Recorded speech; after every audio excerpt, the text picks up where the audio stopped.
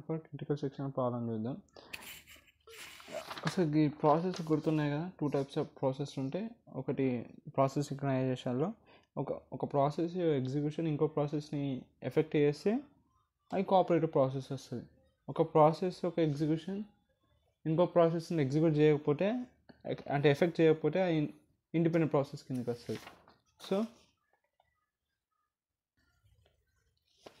అయితే ప్రాసెస్ గురించి మీకు తెలిసిందని ఇప్పుడు చూద్దాం. సో అట్లీస్ట్ ఒక 2 సాటిస్ఫై చేసినా మనకి సొల్యూషన్ దొరికేస్తుంది క్రిటికల్ సెక్షన్ ప్రాబ్లంకి. ఫస్ట్ వచ్చేసి ఏంటంటే ఈ కండిషన్స్ అన్ని సాటిస్ఫై చేస్తే మనకి సొల్యూషన్ దొరుకుతుంది. మస్ట్ సాటిస్ఫై అనమాట. ఫస్ట్ వచ్చి mutual execution. If a process execute in critical section no other process allowed to execute. ఇప్పుడు చూడండి, P1, P2, P3, P4 4 process ఉన్నాయి. ఈ P4 అనేది ఇండిపెండెంట్ ప్రాసెస్, దానికి క్రిటికల్ సెక్షన్తోనే అవసరం లేదు. సో ఈసారి ఇండిపెండెంట్ ప్రాసెస్ దాన్ని పక్కన పెట్టాం. సో ఒకవేళ P1 వచ్చి ఎగ్జిక్యూట్ దాని critical section problem code segment, ఇదే క్రిటికల్ సెక్షన్. ఓకేనా, ఈ కోడ్ సెగ్మెంట్ క్రిటికల్ సెక్షన్ అనుకున్నాం. అదే ఓకేనా. ఇప్పుడు ఈ ప్రాసెస్ వచ్చి కోడ్ సెగ్మెంట్ క్రిటికల్ సెక్షన్లో ఎగ్జిక్యూట్ అయిపోయి ఇదంతా బయటకు వచ్చినాకనే అప్పుడు P2 ఎంటర్ కావాలి. ఓకేనా, అంటే P1 ఒకసారి లోపల పోయినప్పుడు మిగతా P2 కానీ P4 కానీ వెయిట్ చేయాలి, వాటిని ఇంటరప్ట్ చేయొచ్చు. అదే అంటుంది మ్యూచువల్ ఎక్స్క్యూషన్. అంటే వీళ్ళకి అండర్స్టాండింగ్ ఉండాలి. ఏవైతే కోఆపరేటివ్ ప్రాసెసెస్ ఉన్నాయో వాటికి అన్నిటికీ క్రిటికల్ సెక్షన్ అవసరం.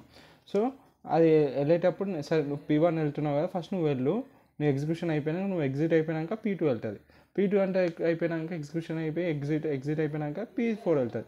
సో అదనమాట మ్యూచువల్ ఎక్స్క్యూషన్ అంటే. అది ఒకదాని ఒక ఎగ్జిక్యూషన్ అంటే కంప్లీట్ అయిపోయినాకనే అప్పుడే ఇంకొకటి వచ్చి ఎగ్జిక్యూట్ అవుతుంది అనమాట. వేరే ప్రాసెస్ ఏవి అలో ఉండవు అనమాట. ఒకటి కరెంట్గా ఎగ్జిక్యూట్ అయ్యే క్రిటికల్ సెక్షన్. అదే అంటాను, if a process execute in critical section, ఏదైనా process code segment of critical సెక్షన్లో రన్ అవుతూ ఉంటే వేరే ఏ ప్రాసెస్లోకి అలా ఉండదు అనమాట దాని లోపలికి వెళ్ళడానికి. అదే మ్యూచువల్ ఎక్స్క్యూషన్. తర్వాత ప్రోగ్రెస్ అంటే those process that wants enter in to mutual execution that has to B already. ఇప్పుడు చూడండి, మనం మాట్లాడుకున్నాం, అందుకే ఇండిపెండెంట్ ప్రాసెసెస్ కోఆపరేటివ్ ప్రాసెస్ చెప్పిన. ఇప్పుడు P2 అండ్ P4 అని ఇండిపెండెంట్ ప్రాసెస్, దానికి అవసరం లేదు. P1, P3 రెండింటికి ఇవి షేర్డ్ వేరియబుల్స్ని షేర్ చేసుకుంటున్నాయి కాబట్టి క్రిటికల్ సెక్షన్కి ఎంటర్ అవ్వాలనుకుంటున్నాయి. సో ఏవైతే those process that wants to enter into critical that has to be allowed. P2ని P4ని అలౌ చేయొద్దు. ఓకేనా, అర్థమవుతుందా?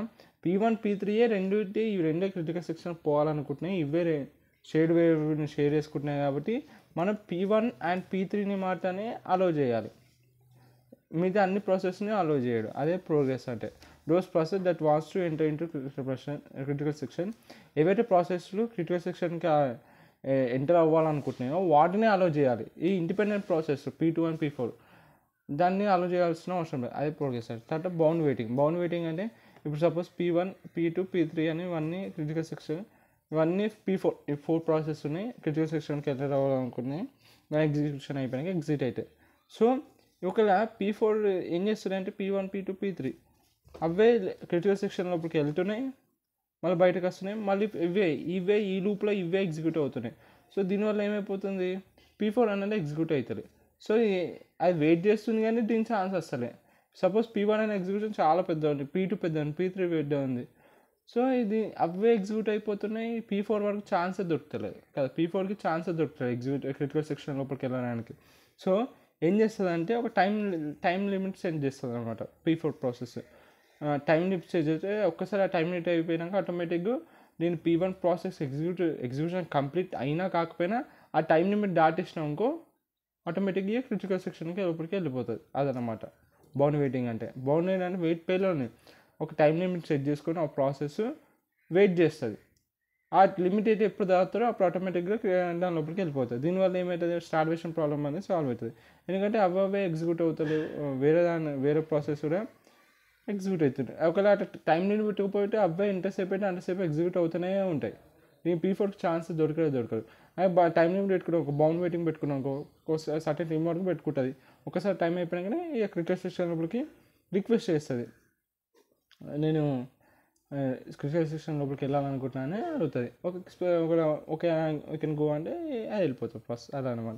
సో ఇప్పుడు ఒక క్రిటికల్ సెక్షన్ ప్రాబ్లమ్ సాల్వ్ చేయడానికి ఈ 3 కండిషన్లు సాటిస్ఫై కావాలన్నమాట. మ్యూచువల్ ఎక్స్క్లూషన్ మనం మాట్లాడుకున్నట్టు, ఒక ప్రాసెస్ ఇంకో ప్రాసెస్ అండర్స్టాండింగ్ ఉండాలి. కోడ్ సెగ్మెంట్కి వెళ్ళేటప్పుడు ఇంకా ప్రోగ్రెస్ ఒక సెకండ్ వచ్చి ప్రోగ్రెస్. ఒక ప్రాసెస్ లోపలికి వెళ్ళి క్రిటికల్ సెక్షన్కి ఏవైతే ప్రాసెస్లు క్రిటికల్ సెక్షన్కి వెళ్ళాలి ఉన్నాయో ఎలిజిబుల్ వాటిని అలో చేయాలి, అన్ని ప్రాసెస్ని అలో చేయదు.